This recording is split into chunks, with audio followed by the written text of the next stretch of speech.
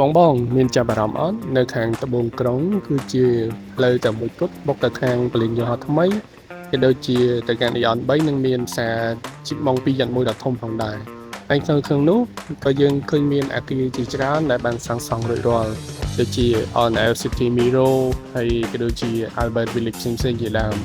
ដែលសន្សំតែជាអគារធ្វើការសាងសង់ហើយក៏ដូចជាអាច move in ចូលស្នាក់នៅភ្លាមតែម្ដងហើយបើសិនជាបងដែលមានតម្រូវការចង់បាន condo នៅខាងត្បូងក្រុងជាពិសេសមានតម្លៃល្អដូចជា Miro មានតម្លៃត្រឹមតែ 50,000 ជាងអីទេហើយក៏ដូចជា Alban Village មានតម្លៃត្រឹមតែ 60,000 ជាងហើយជាមួយនឹងការរស់នៅមាន environment ល្អហើយ